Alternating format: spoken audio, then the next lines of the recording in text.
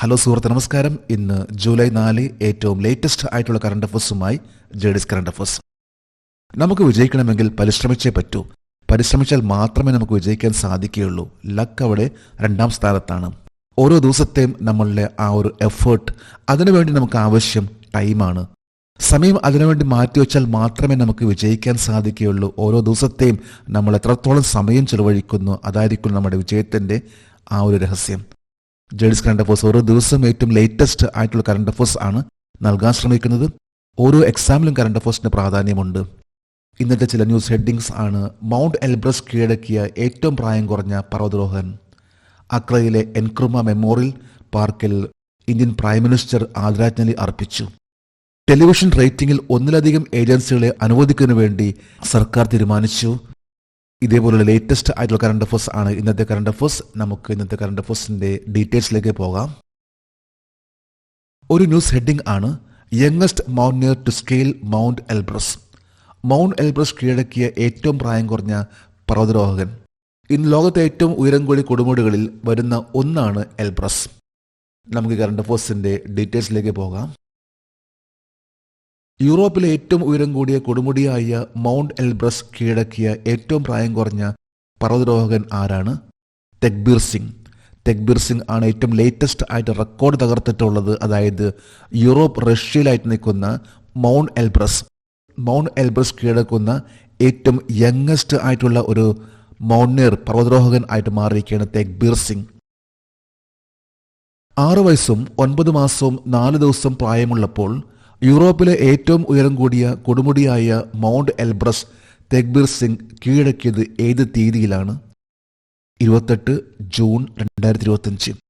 6 വയസ്സ് 9 മാസം 4 ദിവസം, അതായത് ഏതാണ്ട് 7 വയസ്സെന്ന് പറയാൻ സാധിക്കും. ആ ഒരു ചെറു പ്രായത്ത് ദ യങ്ങസ്റ്റ് ആയിട്ടുള്ള വേൾഡ് റെക്കോർഡ് തകർത്തിട്ടുള്ള വ്യക്തിയായിട്ട് മാറി തെക്ബീർ സിംഗ്. പഞ്ചാബ് സ്വദേശിയാണ്. എൽബ്രസ് പർവ്വതത്തിന്റെ ഉയരം എത്രയാണ്? 18,510 അടി, 5,642 മീറ്റർ. 5,642 മീറ്റർ ഉയരമുള്ള, അതായത് 18,510 അടി ഉയരത്തിലുള്ള മൗണ്ട് എൽബ്രസ് ആണ് 6 വയസ്സും 9 മാസം 4 ദിവസം പ്രായമുള്ളപ്പോൾ തെക്ബീർ സിംഗ് ജൂൺ 28-ാം തീയതി കീഴടക്കിയിട്ടുള്ളത്. ഏറ്റവും പ്രായം കുറഞ്ഞ മൗണ്ട് എൽബ്രസ് കീഴടക്കിയ പഞ്ചാബിൽ നിന്നുള്ള 6 വയസ്സുകാരൻ തെക്ബീർ സിംഗ് ആരുടെ റെക്കോർഡ് തകർത്തു? വാഗ കുഷാഗ്ര, മഹാരാഷ്ട്ര, 7 വർഷവും 3 മാസവും. ഇതിനു മുമ്പ് മൗണ്ട് എൽബ്രസ് കയറിയിട്ടുള്ള ഏറ്റവും പ്രായം കുറഞ്ഞ കുട്ടിയായിരുന്നു വാഗ കുഷാഗ്ര, 7 വർഷം 3 മാസവും. മഹാരാഷ്ട്ര സ്വദേശിയായിട്ടുള്ള വാഗ കുഷാഗ്രയുടെ റെക്കോർഡ് ആണ് ഇപ്പോൾ തകർത്തിട്ടുള്ളത് തെക്ബീർ സിംഗ് 6 വയസ്സ് 9 മാസം 4 ദിവസം ഉള്ളപ്പോൾ. ഏറ്റവും പ്രായം കുറഞ്ഞ വ്യക്തികൾ ഇതുപോലെ ചെയ്യുമ്പോൾ ഒന്ന് മനസ്സിലാക്കണം, അതായത് ആർക്കും എവിടെയും നമ്മൾ ആഗ്രഹിക്കുന്ന കാര്യങ്ങൾക്ക് നമുക്ക് എത്താൻ സാധിക്കും എന്നതിനുള്ള നല്ലൊരു മെസ്സേജ് കൂടിയാണ് ഈ ഒരു current affairs.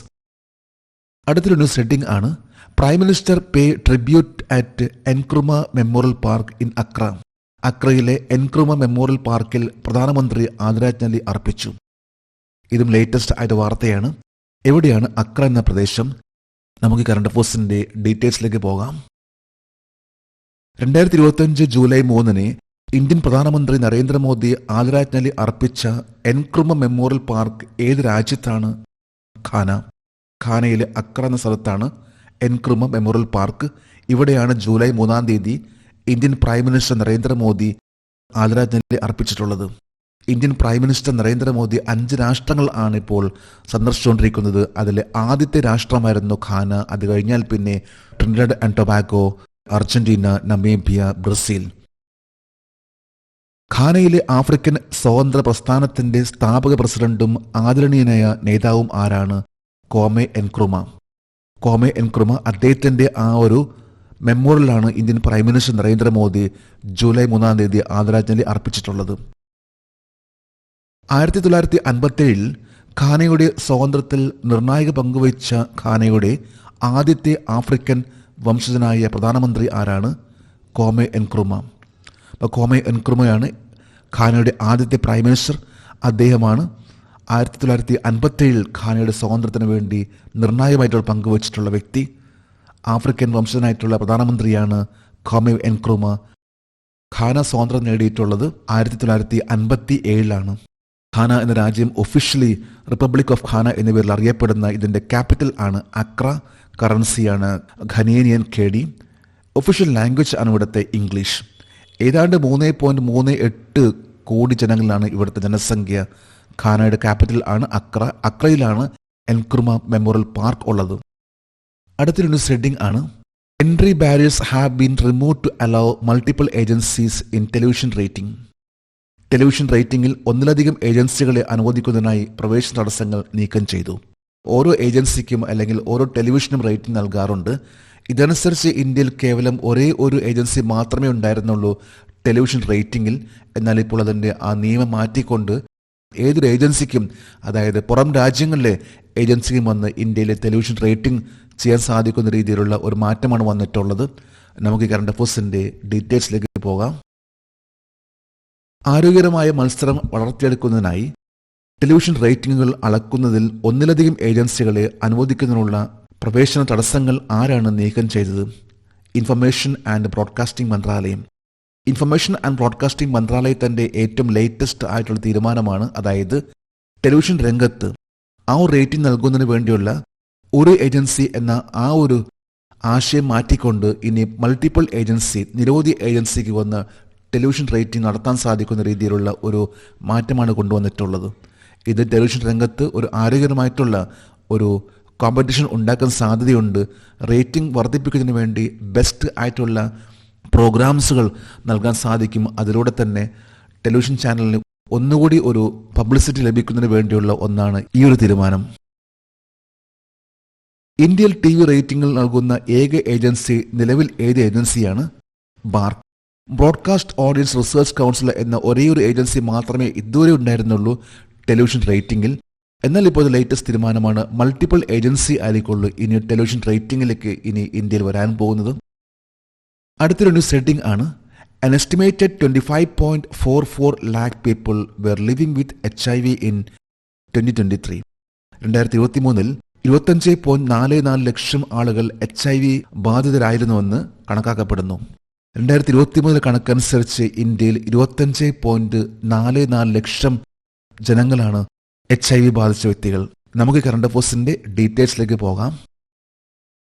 ICMR-ഉം national institute of എപ്പിഡെമിയോളജിയും അനുസരിച്ച് 2023 HIV ബാധിതരായി ജീവിക്കുന്ന ആളുകളുടെ എണ്ണം എത്രയാണ്? 25.44 ലക്ഷം ആളുകൾ. 2023 കണക്കാണത്.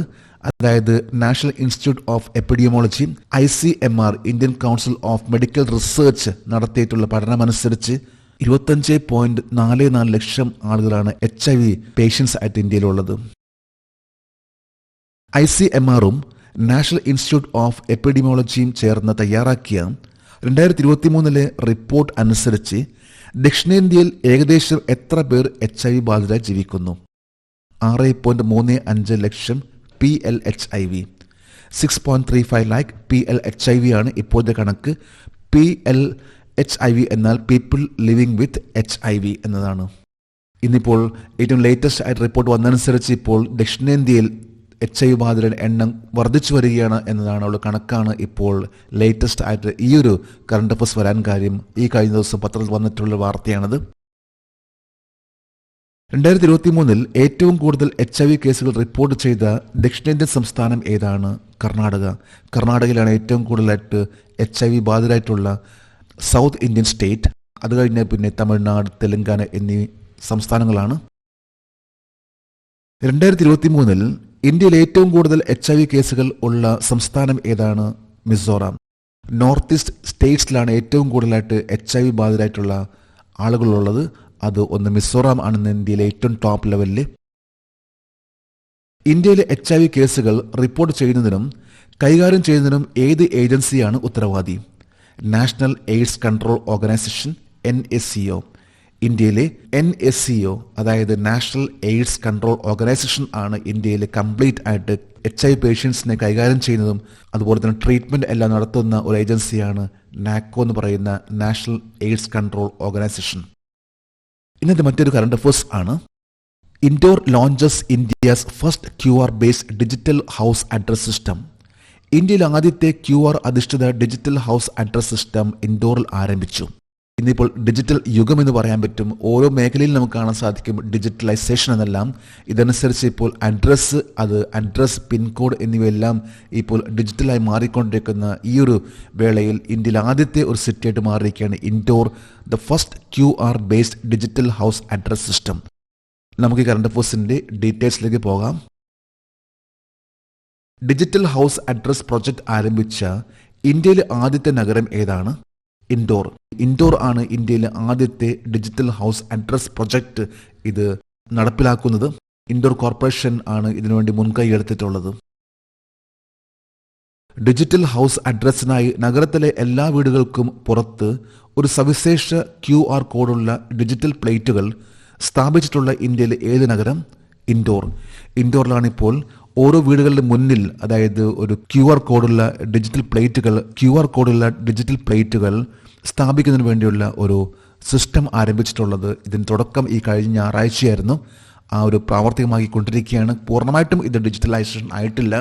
ഇൻഡോറിലെ ചില സിറ്റീസിലാണ് ഇപ്പോൾ ഇത് പ്രാവർത്തികമാക്കാൻ ശ്രമിച്ചുകൊണ്ടിരിക്കുന്നത്. അതായത് QR കോഡുള്ള പ്ലേറ്റുകൾ വീടിന് മുന്നിൽ സ്ഥാപിക്കുക എന്നത്. ഇന്നത്തെ കറണ്ട് അഫയേഴ്സിലെ last heading, first Indian woman to score centuries in test, one day international and T20 international. Test, ഏകദിന, T20 മത്സരങ്ങളിൽ സെഞ്ചുറി നേടിയ ആദ്യ ഇന്ത്യൻ വനിത. നമുക്ക് നോക്കാം ഈ കറണ്ട് അഫയേഴ്സിന്റെ ഡീറ്റെയിൽസിലേക്ക്. എല്ലാ ഫോർമാറ്റുകളിലും സെഞ്ചുറികൾ നേടിയ ആദ്യ ഇന്ത്യൻ വനിത ആരാണ്? സ്മൃതി മന്ദാന. ഇന്ത്യയുടെ പ്രൊഫഷണൽ ബാറ്ററായിട്ടുള്ള സ്മൃതി മന്ദാനയാണ് എല്ലാ ഫോർമാറ്റിലും ഇപ്പോൾ സെഞ്ചുറി നേടിയിട്ടുള്ളത്. അതായത് വൺഡേ ഇന്റർനാഷണലിലെ, ടെസ്റ്റിലെ, കൂടാതെ T20 ഇന്റർനാഷണലിലെ. ഏറ്റവും ലേറ്റസ്റ്റ് ആയിട്ട് T20യിലാണ് സ്മൃതി മന്ദാന സെഞ്ചുറി നേടിക്കൊണ്ട് ഈ ഒരു നേട്ടം കൈവരിച്ചിട്ടുള്ളത്. ഇന്ത്യയിലെ വനിതാ ഏകദിന ക്രിക്കറ്റിൽ ഏറ്റവും കൂടുതൽ സെഞ്ചുറികൾ നേടിയത് ആരാണ്? സ്മൃതി മന്ദാന, 11 സെഞ്ചുറികൾ. ഏറ്റവും കൂടുതലായിട്ട് വൺഡേ ഇന്റർനാഷണലിലും സെഞ്ചുറി നേടിയിട്ടുള്ള വ്യക്തിയാണ് സ്മൃതി മന്ദാന, 11 സെഞ്ചുറികൾ. T20യിൽ സ്മൃതി മന്ദാന തന്റെ കന്നി സെഞ്ചുറി നേടിയത് ഏത് ടീമിനെതിരെയാണ്? ഇംഗ്ലണ്ട്. ഈ കഴിഞ്ഞ ദിവസമായിരുന്നു ഇംഗ്ലണ്ടിനെതിരെയുള്ള മത്സരത്തിൽ സ്മൃതി മന്ദാന തന്റെ ആദ്യത്തെ ഒരു T20 ഇന്റർനാഷണലിലെ സെഞ്ചുറി നേടുന്നത്. ഇതിലൂടെയാണ് ഇപ്പോൾ എല്ലാ ഫോർമാറ്റിലും സെഞ്ചുറി നേടിയിട്ടുള്ള ആദ്യത്തെ വനിത ആയിട്ട് മാറിയിട്ടുള്ളത് സ്മൃതി മന്ദാന. നമ്മളിന്ന് ഏറ്റവും ലേറ്റസ്റ്റ് ആയിട്ടുള്ള 19 കറണ്ട് അഫയേഴ്സ്, അതുമായി ബന്ധപ്പെട്ട ജനറൽ നോളജ് ആണ് ഇന്നിവിടെ ഡിസ്കസ് ചെയ്തിട്ടുള്ളത്. ജെഡിസ് കറണ്ട് അഫയേഴ്സിന്റെ ഇന്നത്തെ ഈ വീഡിയോ കണ്ടിട്ട് ഇഷ്ടപ്പെട്ടെങ്കിൽ ഈ ചാനൽ സബ്സ്ക്രൈബ് ചെയ്യാനും ഷെയർ ചെയ്യാനും മറക്കരുത്. നമുക്ക് നാളെ വീണ്ടും പുതിയ കറണ്ട് അഫയേഴ്സുമായിട്ട് കാണാം. Thank you very much.